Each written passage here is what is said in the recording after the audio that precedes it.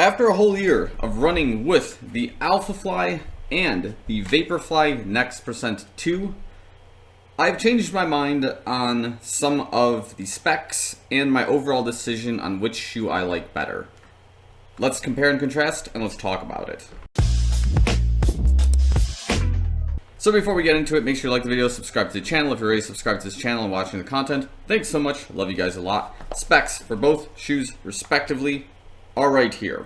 So now, let's talk about this in terms of, first kind of a recap of where I probably went with my original take on these shoes.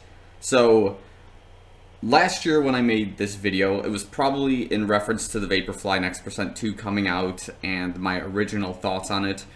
And since then, my opinion has changed a lot because of external factors mostly related to work, racing, particularly the Chicago Marathon, and some other little things like that. So, what I should probably discuss first is probably what my opinion was before. I haven't watched my old videos, but if I had to presume or guess what I said, it was that the Alphafly was overall just a smidgen faster of a shoe, but a lot more unstable because of the technology associated with it, particularly because of the AirPods. Therefore, I thought this was the faster shoe of the two, and it was the choice that I was going to use during the Chicago Marathon in 2021.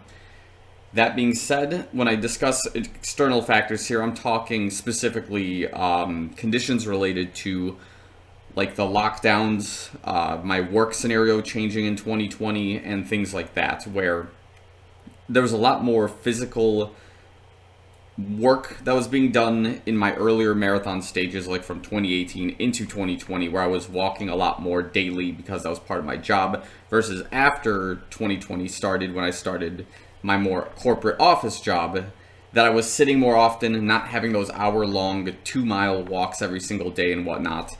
And that really does change kind of like your physiology, as you can probably guess, and also your running performance if you're not doing this on a daily basis. So what I mean by that is that I had legs in my muscles that got a little bit weaker, and in turn, when the Chicago Marathon was already underway, and even a lot before that, I basically had weak muscles in my ankles, my tibia, like the fibula, bone structure area, was suffering a lot before I even got to the marathon. And what happened is that this shoe requires a lot of stability in those muscle groups and those bone areas in order to be a very effective shoe, and I had failed there, and in turn, a shoe that should have been able to, at the time, be able to run me at least a 2:55 sub 3-hour marathon, I ended up running a 3:27.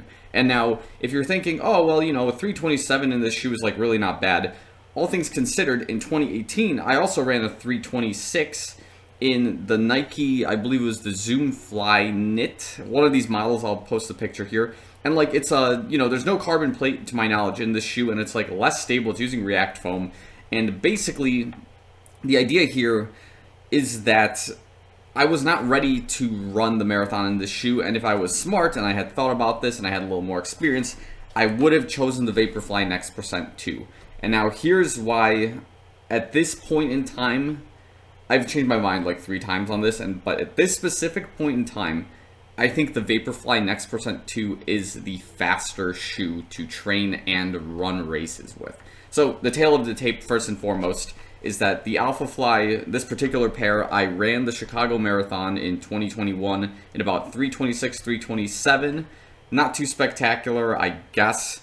And that was probably the main race I did in this particular pair. The model I had before this one was the black and green pair, and I had won a 5K in Florida and in a local race here in Chicago, basically in that shoe, and it was a really good shoe. And then this one was just slightly built differently, and I didn't really enjoy it nearly as much, and maybe there's a lot of external factors that kind of led to the downfall of injuries that followed after this shoe. Now, with this particular Vaporfly Next Percent 2, the races that I did so far in 2022 with it is that I took 3rd place in the Houston Hot Chocolate 15K race overall. I took 2nd place in a local race like a month or so back ago. I think it was a 5K race as well. and I had PR'd in an 8K, particularly the Chicago Shamrock Shuffle, in this shoe. So that already tells you a lot, that even all things considered, even with like a little bit of a better fitness and a better idea of my own, physical skills, this shoe was able to be trusted, in my opinion, to handle the fitness and the goals I was looking for at the time. So now let's go into probably a little bit more of the specs as to why I think the Vaporfly Next Percent 2 is working out a little bit better. There's a lot of caveats here and a lot of external things, obviously, that we need to talk about, but the first thing we need to obviously address is the technology involved. Right, they're both using ZoomX foam all the way across the shoe, but this one's using air pockets, this one's not. You might be saying, oh, well, Phil, the air pockets, they do some really cool stuff, or the AirPods, whatever you want to call them. Yes, they do, but we'll get back to this one. So the idea of just having the standard ZoomX running across the shoe with this 8mm offset and having, about a 30-ish, I think I'll write the spec here. It was like, I think 32mm forefoot area here in the shoe with just the carbon plate is stable enough to put down the distance and the speed you want and be able to sustain it. And the reason I like that is mostly because, yeah, sometimes you're going to get into a shoe that's going to feel a little bit faster than you want, and it's going to push you a little bit, but you need something to kind of hold you back as well. And this was the shoe to do it, particularly because my stride is a little bit more mid to forefoot range, and that carbon plate responds a little bit better and is able to keep me at a pace that isn't too crazy, but also isn't going to throw me for a loop if I need to. The second reason this shoe also works really well for me in this case, it's a lot more versatile than the Alphafly in this particular case. Now, again, the opinion has changed on this a little bit, but I will discuss what I mean by it. So, when I was doing my local 5K out here where we have plenty of hills, and this also happened in Houston, by the way, where we have plenty of hills out in these areas, you need a shoe that's going to respond to the hills a little bit better. And in this particular case, you need a shoe that isn't going to bounce back or give you a negative feedback loop for running in the hills with them. The Air Zoom pockets, and also in the Tempo Next Percent, the training model for this shoe, I've seen negative feedback push from running on hills with them, where the Air Zoom pockets will just push against the hill rather than drill into it and get you that kind of grab it and kind of that propulsion against it, like basically into the hill to help you climb it. With the Vaporfly Next Percent 2, this isn't something you really think about because you're not really counteracting air zoom pockets. You just have the rebound effect of the plate. So if you are running with like your midfoot or forefoot climbing up the hills, all you got to do is just really just flex it in there and you're going to get something good out of this shoe. And now I should probably address why my opinion has slightly changed on this, because during said race, the kid who took first place during that race was running, I think, the Ekiden or the Ekiden version of the Alphafly. Now, given that the kid was probably really good of a runner as well, he could probably pull it off where he was able to run on the hills with the Alphafly. But I knew, like, in my heart of hearts, that that was not going to happen for me. I needed a shoe that was going to be stable and keep me basically fighting against the hill rather than getting, then fighting the shoe on the hill. That's just kind of what I was looking for in this particular case. So, that being said, at this point in time, like, my opinion has really changed from going as the Alphafly to be the better racing shoe to the Vaporfly 2 being the better trainer. And now there's a lot of other things that were obviously involved. I did mention that in the Alphafly post-Chicago Marathon, I did experience a stress fracture in, or at least a stress reaction in my right tibia area, or fibula area, the smaller bone that's on the outside of, the shin area.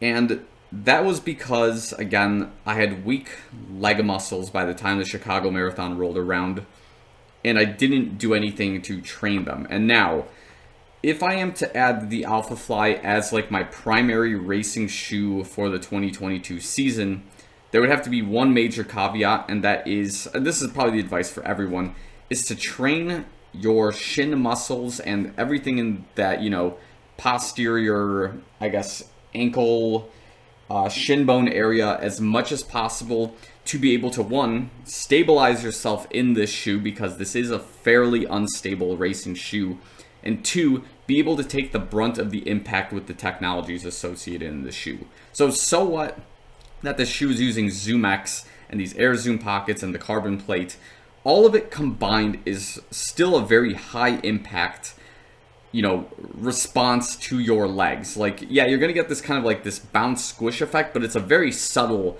bounce. It's not like you're gonna sink and just get like a huge spring out of it, because that's really inefficient.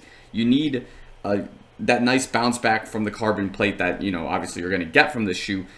But with the air zoom pockets and all these other things, you are getting a little bit more instability when you get that carbon plate response from the shoe. So you need your tibia, your tibula or fibula and tibia muscles to be strong enough to handle the impacts involved with this shoe. And that's not to say that you're going to not experience them with the Vaporfly Next% 2. The only difference here is that because there's no air zoom pockets, your impact in the shoe is going to be a lot more consistent and based solely, I think, on your stamina during race day. Whereas, like, you know, obviously when you're running a race, you're going to slightly decline and like your form is going to change a little bit. The shoe will obviously, you know, your foot, I guess, will get tired, your calves will get tired, your hips, hamstrings, all of it's going to play into effect, and you need the shoe to be as stable as possible regardless of that. And I guess the point I'm trying to get across is you don't want the shoe to play a factor in why mid-race you feel some sort of cramp or some sort of strain or even an injury like a rolled ankle or something like that. And you just don't want that to be a factor during your race. You just want to be able to hold on, you know, meditate, to be able to focus on your target, which is to finish the race in the time you want, or finish the race, or take first, whatever your goal is on race day. And I think this shoe is the one I would trust to do that. Now, is it still the faster shoe between the two? Of course, with the Alphafly and the Vaporfly Next% 2. That's really the trick question. I think that really comes down to, again, all of these external factors involved. At this point in time, however, I think the Vaporfly Next% 2 is a faster shoe for me. And again, this is why it's still my primary racer, and I've used it for every single race this 2022 season. Now, obviously, there's things to consider with it. I have not taken this on a marathon before, and I've never raced a half marathon in this shoe, only a marathon. So maybe at some point in time, I'm going to have to put in, you know, a solid half marathon in the Alphafly just to kind of feel it out. And if I like the feeling of this shoe in the half marathon, it may be my go-to for the Chicago 13.1 race, which is, I think at the time of this filming, like almost 2 weeks away. It's the 20th, so it's like, maybe it's 2 or 3 weeks away. I think it's 2 though. And this could be my shoe for race day. We don't know. But as of right now, like, my mind is pretty set on using the Vaporfly Next% 2 because I trust it. And just at this point in time, it's just so stable.